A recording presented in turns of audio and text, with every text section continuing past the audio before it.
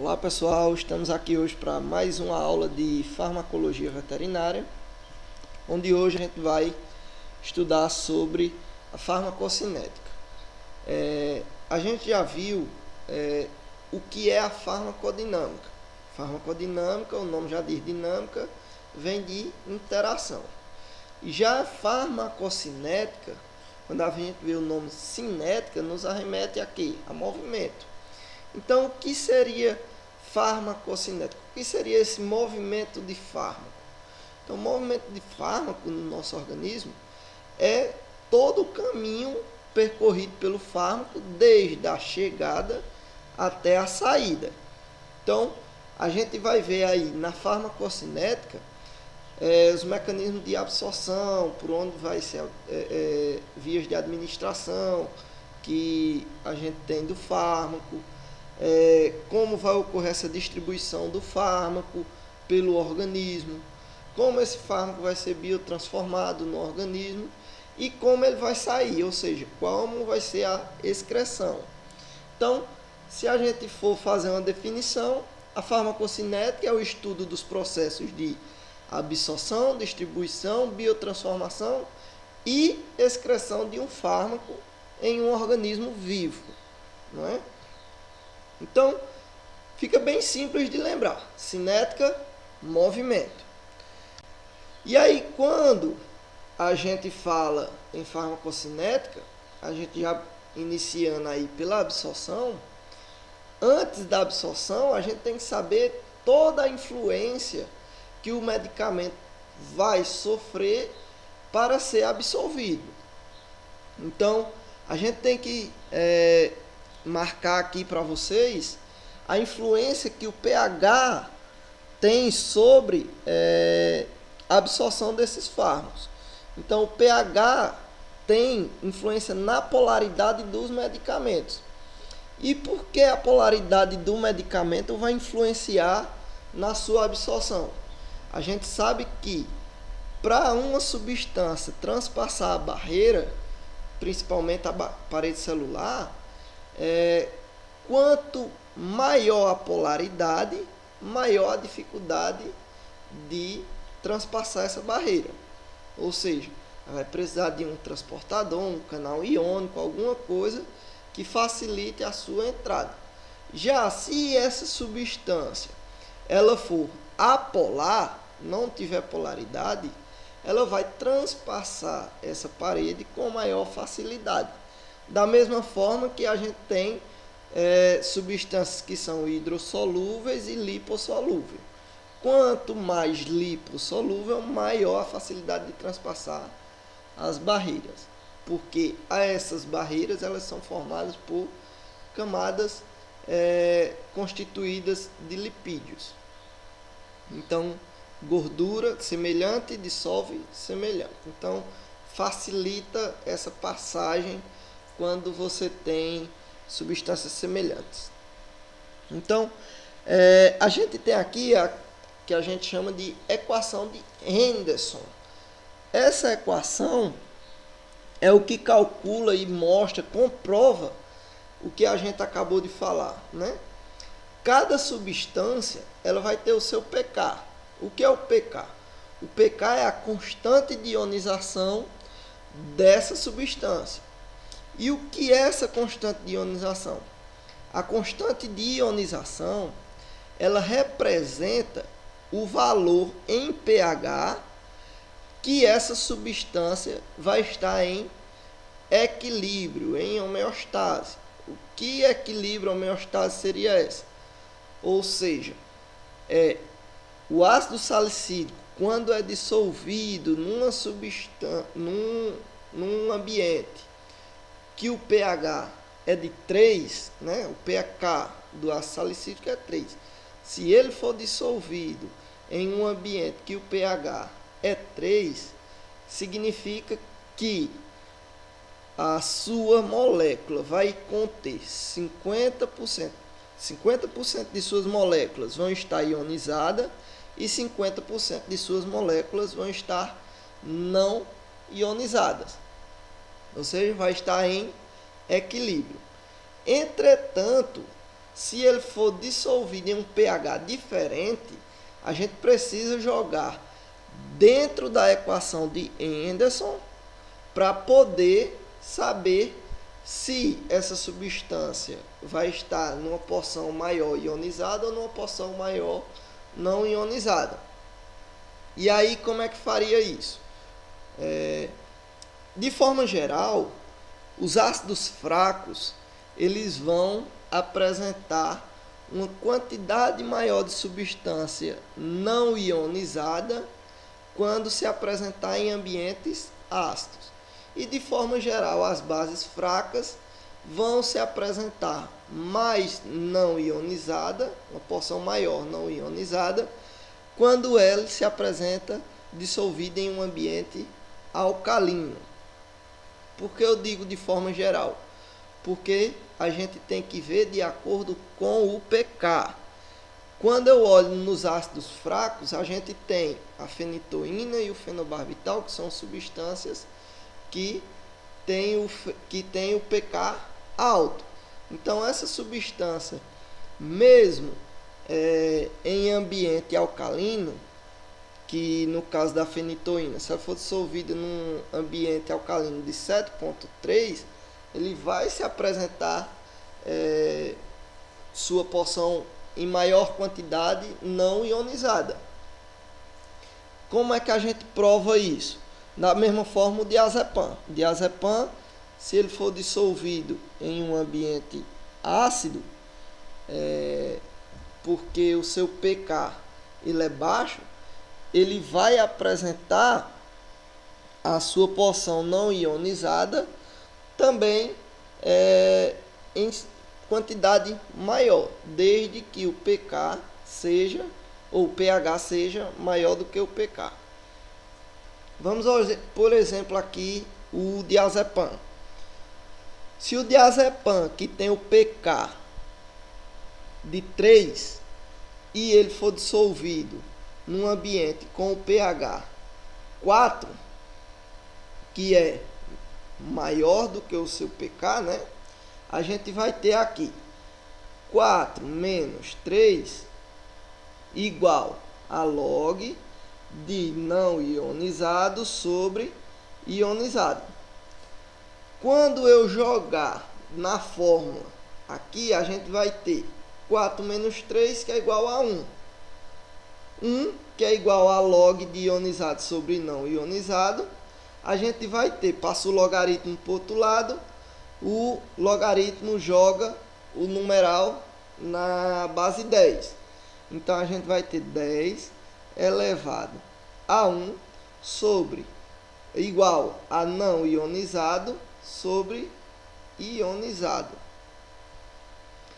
10 elevado a 1 é igual a 10 sobre 1, que todo número elevado a 1 é ele mesmo e todo número pode estar divisível por 1.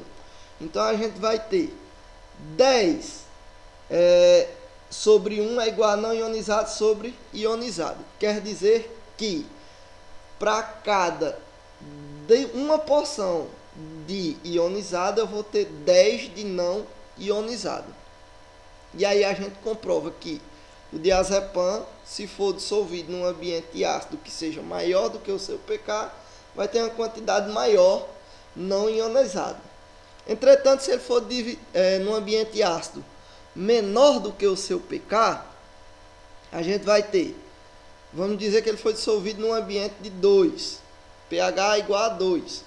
Então, a gente vai ter 2 menos 3, que é igual a log de Ni sobre I. Então, vai ficar 2 menos 3 é igual a menos 1. Quando passa o log para o outro lado, vai ficar 10 elevado a menos 1 igual a Ni sobre I, que é não ionizado sobre ionizado. Todo número na base negativa, a gente inverte a base para tornar o exponencial positivo. Então, vai ficar 1 sobre 10 elevado a 1. Todo número elevado a 1 é igual a ele mesmo. Então, a gente vai ter 1 sobre 10 é igual a não ionizado sobre ionizado. Então, na verdade, aí ficou o contrário. Para cada porção de não ionizado, a gente tem 10 de ionizado. Então, você veja a importância da constante de ionização de cada substância, viu? E aí está provado, utilizando a equação de Henderson, o quanto o pK da substância e o pH do meio interfere na absorção da substância. Então, por que é importante saber isso? Para que saber a quantidade e a facilidade de substância que vai transpassar as membranas celulares. E o que são membranas celulares? As membranas celulares, também conhecidas como membranas biológicas, elas vão ser envoltórios que vão ser constituídos por camada lipídica, como a gente falou, né? E aí, que tem como principal característica manter a impermeabilidade da estrutura, né? E aí vai ter dificuldade de passagem dessas substâncias que são íons, ou seja, são moléculas polares, ou que sejam hidrossolúveis. Então, pessoal, existem várias maneiras dessas substâncias passarem pela membrana celular do organismo. Então, existem o transporte ativo, difusão facilitada, transporte passivo. Tudo isso vai depender do tipo de substância e qual a região do organismo. Então, por exemplo, o transporte ativo é aquele transporte que ocorre contra o gradiente de concentração. Ou seja, vai sair de onde tem menos para onde tem mais. O normal a favor do gradiente de concentração é de onde tem mais para onde tem menos. E esse tipo de transporte é um tipo de transporte bem específico, né? Ele tem uma especificidade química bem grande e tem um gasto energético maior. E aí é um dos tipos de transporte que é mediado por carreador. Então, é característica desse tipo de transporte mediado por carreador ter essas características, alta especificidade e ser saturável. Chega um momento que ele não consegue mais realizar esse tipo de transporte. Outro tipo de característica desse tipo de transporte mediado por carreador é que eles podem ser ativados ou bloqueados por hormônios ou por outras substâncias, né? A pinocitose ou a fagocitose é aquele tipo de transporte que ocorre quando a célula invagina-se e absorve aquela substância. E aí, pinocitose quando são substâncias líquidas e fagocitose quando são substâncias sólidas. A difusão facilitada é aquela é um tipo de transporte mediado por carreador, só que não tem gasto de energia, né? Eu vou transportar a favor do gradiente de concentração. Um dos exemplos disso aí é o transporte da glicose para dentro da célula, né? Eu não gasto energia, mas ele é feito por um carreador, uma molécula carreadora, né? Vai transportar para dentro da célula. E tipos de transportes passivos, que eles vão ocorrer sempre sem gastos energéticos e sempre a favor do gradiente de concentração, é a difusão simples, né? A passagem simples ali de substâncias onde vai ter maior concentração para onde tem menor concentração, e a filtração, que vai ter uma seleção apenas de acordo com o tamanho da molécula, né? Mas vai haver essa passagem de substância de onde tem mais para onde tem menos, através de canais aquosos, né? Exemplo, a gente tem o rins, ocorre esse tipo de transporte, né? Filtração para eliminação de substâncias. E aí, pessoal, os tipos de barreiras tissulares que nós temos no nosso organismo. Alguns exemplos são as barreiras epiteliais, córneas, bexiga, né? A barreira hematocefálica, a barreira hematotesticular. Eu acho que vocês lembram bem desses tipos de barreiras, dessas composições histológicas das disciplinas anteriores, né? Histologia, anatomia, vocês lembram bastante disso. E aí, essas barreiras elas podem se diferenciar de acordo com a espécie, né? Quando a gente vai falar da barreira placentária, a gente tem diferentes tipos de placentas, né? De acordo com a espécie. Então, cada espécie vai ter a sua característica placentária e cada tipo de placenta tem uma característica de passagem ou facilidade de passagem de substância. Por exemplo, a epitélio coreal, que é um tipo de placenta que tem um contato menos íntimo, né, entre o sangue da mãe com o sangue do feto, que é bastante presente em ruminantes, equinos e suínos, é um tipo de placenta que vai ter pouca passagem de substâncias. Inclusive, é por causa desse motivo que esses animais dependem bastante do colostro da mãe após o nascimento. Já a placenta endotélio coreal é um tipo de placenta que já vai ter uma quantidade maior de contato entre o sangue da mãe com o sangue do filho, né? Da cria, do feto. E aí isso também possibilita uma interação maior de substâncias entre o feto e a mãe. E a hemocorial é um contato bem íntimo da placenta com o útero da mãe, né? Um contato bem íntimo das substâncias que contém na mãe com substâncias do feto, né? Uma facilidade maior de passagem de substâncias nesse tipo de placenta. E aí, essas barreiras, essas características de barreiras, elas se caracterizam pelo tipo de capilar que é formado essa barreira. Então, quanto maior a passagem desse capilar, ou seja, quanto mais espaçado for esse capilar, maior a facilidade de passagem dessas substâncias, né? A gente vai ter aí os tipos de capilares, né? Capilares com máculas, capilares fenestrados e capilares com bloqueios completo. Por exemplo, uma barreira hematocefálica, que ela é bastante restrita, é bastante seletiva a passagem de substâncias por ela é formada de capilares com bloqueios completos, né?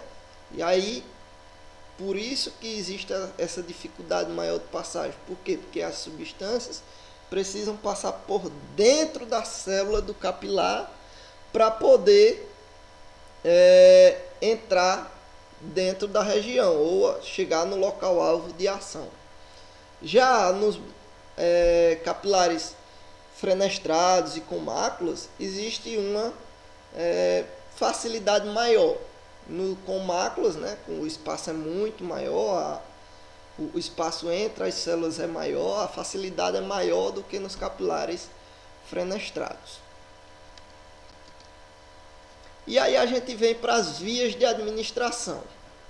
As vias de administração, a gente tem uma gama muito grande de vias de administração. E a gente pode dividir elas em digestivas ou enteral, né, que a gente chama via enteral, e via paraenteral. Por que paraenteral? Porque o prefixo para dá o entendido de contra ou contrário. Então, o que não é enteral? E o que não é enteral? É o que não é da via digestiva. Então, toda forma de administração que não seja pela via digestiva vai ser uma via parenteral. Por isso que a gente chama de alimentação enteral e alimentação parenteral. Então, quando eu falo das vias digestivas ou das vias enterais, a gente vai ter via oral, via retal e via intraruminal. Na via oral, esse medicamento ele vai ser administrado pela boca, o animal vai ingerir, vai cair no estômago, esse estômago vai sofrer a ação do pH do estômago, vai para o duodeno, onde vai ser absorvido, e aí chega o primeiro desafio encontrado por esse fármaco, porque ele vai precisar passar a barreira do intestino, cair no sistema, na via porta, no sistema porta-hepático, e aí quando esse medicamento passa pelo sistema porta-hepático, passa ali pelo fígado, esse medicamento já começa a sofrer metabolização, ou seja, ele já começa a ser inativado pelo fígado. E isso aí, pessoal, a gente chama de mecanismo de primeira passagem. Gravem isso, isso é muito importante. Mecanismo de primeira passagem. O que é que acontece no mecanismo de primeira passagem? No mecanismo de primeira passagem, esse fármaco já começa a ser inativado. Por isso que muitas vezes, na maioria das vezes, na administração por via oral, eu preciso de doses maiores, para que uma quantidade ativa de medicamento atinja a circulação, uma quantidade que seja efetiva, né? Se eu fizer uma administração baixa, aquele medicamento, quando passar pelo sistema porta-hepático, vai ser inativado pelo mecanismo de primeira passagem, e aí a quantidade de fármaco que cai na circulação na sua forma ativa é uma quantidade insuficiente para promover a ação do fármaco. E aí, se for um antibiótico, por exemplo, eu posso estar possibilitando a bactéria de criar um mecanismo de resistência para aquele fármaco. Então, gravem, mecanismo de primeira passagem é o efeito de metabolização que o fígado faz sobre os medicamentos que são administrados por via oral, quando eles passam no sistema porta-hepático, assim que são absorvidos no sistema digestivo. A vantagem da via retal sobre a via oral é porque o medicamento não passa pelo sistema porta-hepático, não passa pelo mecanismo de primeira passagem. Entretanto, a absorção por via retal é menor, porque é uma área que é menos irrigada. Então, a absorção de medicamento vai ser menor. Então, tem vantagem e tem desvantagem, assim como tudo na vida. E aí eu botei via intraruminal, por quê? Porque a via intraruminal, a gente tem os animais ruminantes que eles têm uma particularidade, que são os pré-estômagos. E aí os pré-estômagos, que no caso aí a gente está falando do rumen propriamente dito, eles têm uma microbiota própria. Essa microbiota própria pode alterar a medicação, né?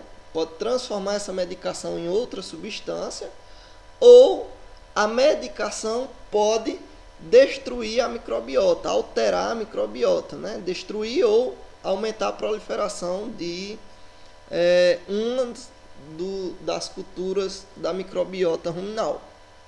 Então, tem que ter essa particularidade.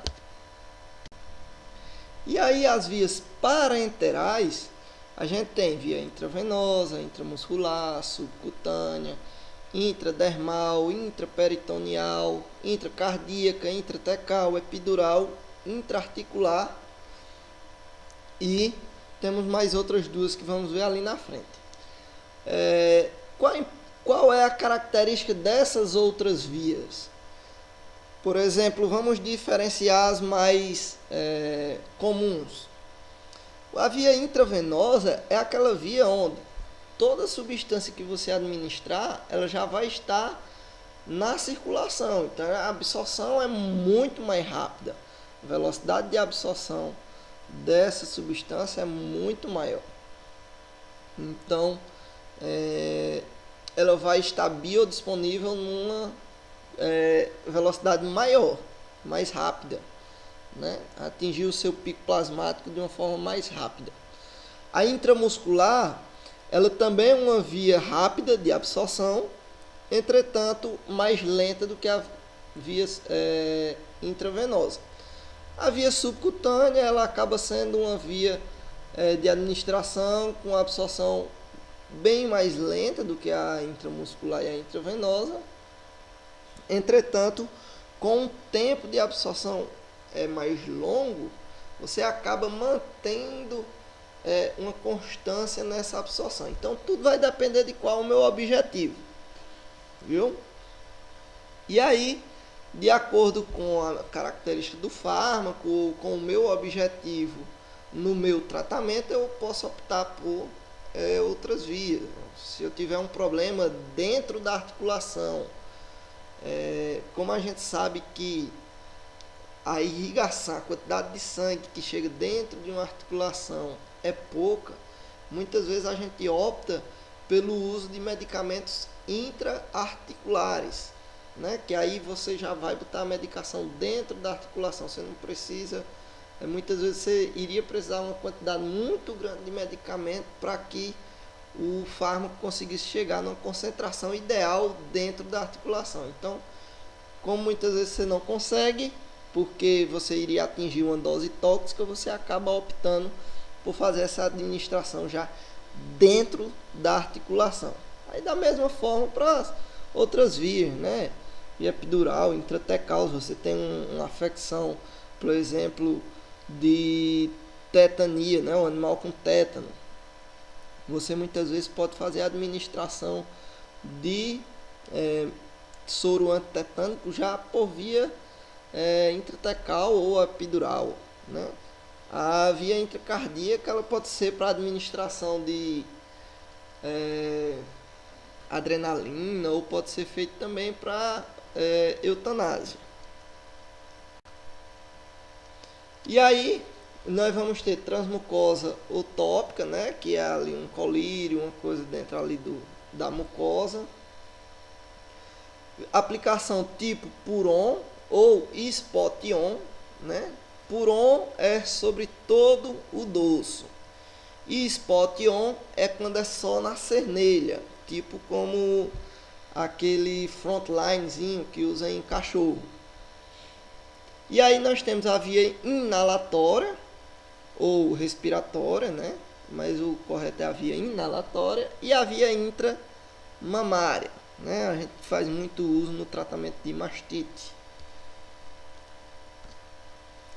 E aí, pessoal, a gente vem para o conceito de biodisponibilidade. Depois que a gente vê as administrações, como se faz a administração, a gente tem que entender o que é biodisponibilidade. A biodisponibilidade, a gente imagine como um crushzinho que você está querendo conquistar. Então, o crushzinho, ele tem que estar biodisponível. Por quê? Porque você tem que gostar dele, ou seja, você é o receptor, você tem que ter afinidade por ele. Só que ele também tem que estar disponível. E para ele estar disponível, ele tem que estar o quê? Eles têm que estar no local que você está, da forma ativa, ou seja, disponível, solteiro e lhe querendo. Então, a definição de biodisponibilidade é o quê?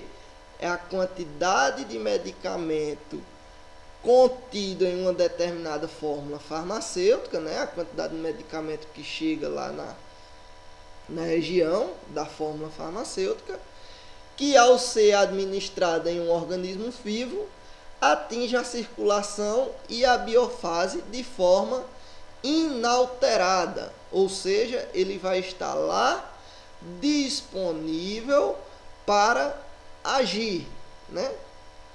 E aí, o que é importante nessa biodisponibilidade? O que vai alterar a biodisponibilidade? A quantidade, ou seja, a concentração de medicamento que é administrado, ou seja, se administrar 2 miligramas por via intravenosa, a biodisponibilidade vai ser 1. Mas se essas 2 miligramas for administrado por via oral, a biodisponibilidade vai ser outra. Por quê? Porque esse medicamento vai ser absorvido com uma velocidade menor e em uma quantidade menor. Outro fator que contribui para isso é o tempo de permanência desse medicamento no organismo. E o que influencia para o tempo de permanência do medicamento no organismo? É a sua metabolização. Então, quanto mais rápido for a metabolização do medicamento, mais rápido vai ser a sua excreção. Então, o medicamento também, a sua disponibilidade também vai ser influenciado pelo seu tempo de permanência no organismo. Tá ok? E aí, a gente vai ver outras características do medicamento depois que é absorvido. O medicamento, depois que ele é absorvido, outro fator também que pode interferir para ele estar na sua forma ativa lá, disponível para agir, é a ligação desse medicamento com a proteína plasmática. Que proteína plasmática? A principal é a albumina, mas nós também temos a beta-globulina e a glicoproteína ácida. Então, como funciona isso? O medicamento que tem uma alta taxa de ligação com a proteína plasmática, esse medicamento, ele, quando atinge a circulação, ele se liga à proteína plasmática e, enquanto ele está ligado à proteína plasmática, ele não está disponível para agir, ele não está livre para agir. Então, a parte que vai agir no animal é somente a parte que está livre, não ligada à proteína plasmática. E aí, a proteína plasmática, ela funciona como uma reserva. Ela é aquela parte do organismo que funciona num equilíbrio dinâmico. Na medida que o fármaco ativo que está na circulação vai sendo eliminado, metabolizado e eliminado pelo organismo, esse medicamento vai caindo de novo na corrente sanguínea, porque, por questão do equilíbrio dinâmico, a proteína plasmática vai liberando uma concentração nova dentro da circulação. Então, a proteína plasmática ela serve como uma reserva. Imagine como a sua esposa que controla o seu dinheiro. Você ganha o dinheiro e aí a sua esposa diz: me dê aqui, bota na conta, porque se ficar com você, você vai gastar tudo. De acordo com o que você vai gastando e vai surgindo novas necessidades, aí você vai lá e pede mais dinheiro a ela. Aí ela vai lhe dar: toma, mas tome só isso aqui, não vai pegar tudo não. E aí você vai gastando aos poucos. Então é assim que funciona a proteína plasmática, tá ok? E aí, alguns medicamentos, alguns medicamentos têm algumas características próprias que impedem eles de chegar no local de ação ou que fazem com que eles causem algum efeito tóxico ou algum efeito adverso por afinidade pelo tecido. os medicamentos, eles às vezes se acumulam em algum tipo de tecido.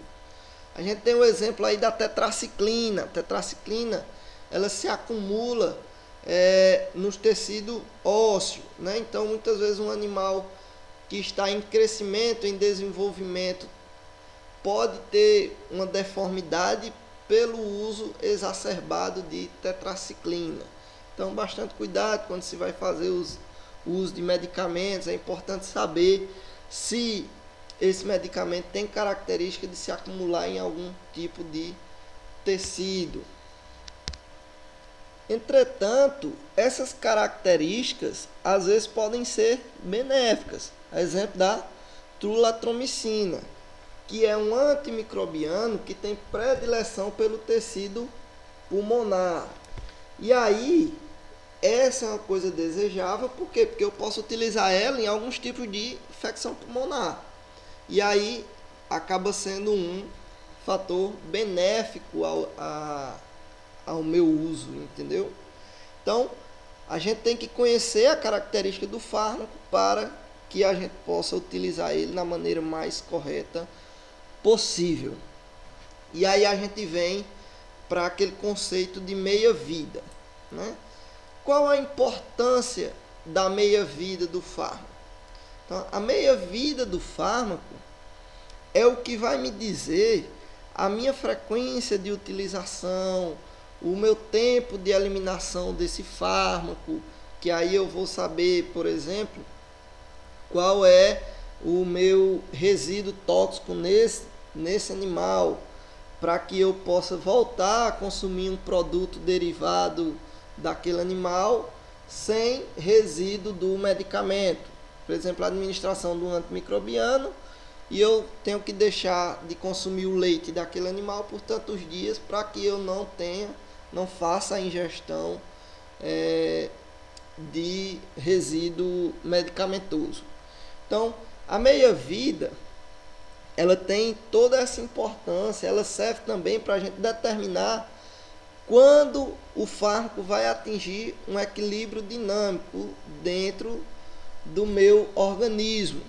E o que é o equilíbrio dinâmico? É quando o organismo chega naquele momento de estabilidade do fármaco dentro da circulação. Ou seja, ele mantém o steady state, né? Aquele movimento, aquele equilíbrio de pico de concentração e baixa de concentração dentro do plasma sanguíneo. E aí, mantendo uma constância, fazendo com que ele seja mais efetivo. E isso é de suma importância para aqueles medicamentos que vão ser utilizados por um período de tempo mais longo. E aí é também através disso que a gente consegue entender o porquê que um antibiótico a gente tem que tomar no horário certinho, porque quando você erra a hora do antibiótico, você impede o organismo de atingir esse equilíbrio dinâmico, e aí você pode ter uma baixa de concentração plasmática.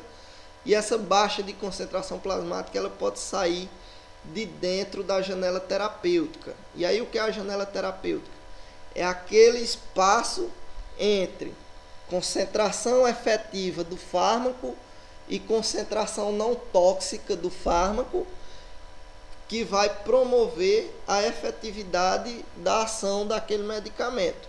Se ele baixar, ele não vai ter efeito, vai ter concentração, mas não vai ter efeito. Se ele passar, aí ele vai ter toxicidade.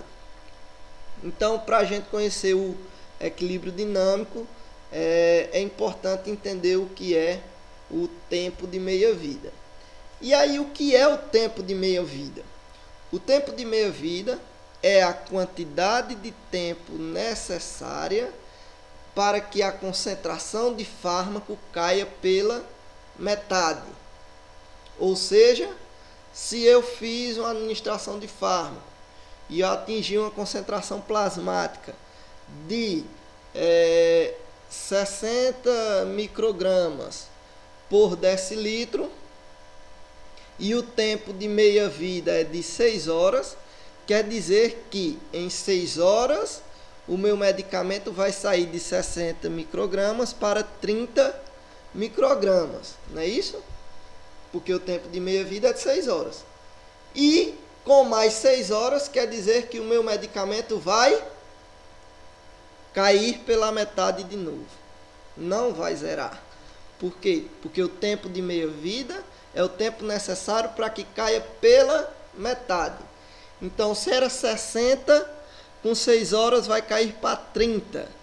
Com mais 6 horas vai cair para 15. Com mais 6 horas vai cair para 7,5. E assim consecutivamente. Então, o tempo de meia-vida é para cair pela metade. Então, foquem nisso aí. E aí a gente costuma dizer que para que o organismo atinja o equilíbrio dinâmico, é necessário de 4 a 5 tempos de meia-vida, com constâncias de aplicação.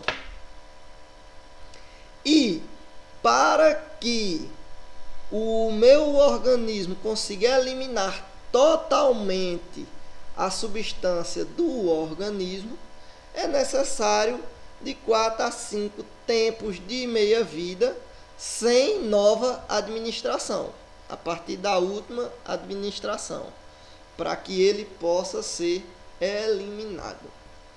Entendemos isso aí, pessoal? Ok? Podemos seguir em frente. Então, depois que a gente viu biodisponibilidade e tempo de meia-vida, a gente vai ter que saber o que é que promove esse tempo de meia-vida. Por que é que esse fármaco vai ser degradado para ser excretado? É o que a gente chama de biotransformação. O que é biotransformação? Eu vou tornar aquele fármaco, vou fazer com que aquele fármaco se torne outra molécula para que ela tenha dificuldade de agir no meu organismo. E aí eu tenho uma facilidade de excretar essa substância, né? E ela não tem mais um efeito ativo. Entretanto, muitas vezes, os resíduos desses fármacos, eles podem ser ativos, ainda terem propriedades farmacológicas, né? Mas o objetivo da biotransformação é tentar eliminar esse fármaco. E aí, quando eu falo de biotransformação, o conceito para biotransformação é a transformação química das substâncias, seja ela medicamentosa ou agente tóxico, dentro de um organismo vivo, visando o quê? Favorecer a sua eliminação, né? Se eu estou visando favorecer a sua eliminação, vamos lá pensar, pessoal.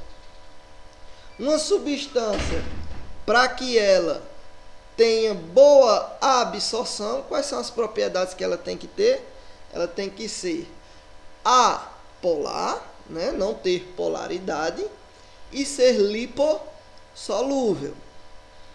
E aí, quais são as características de uma substância para eu tornar ela inativa, assim que ela não consiga agir no meu organismo?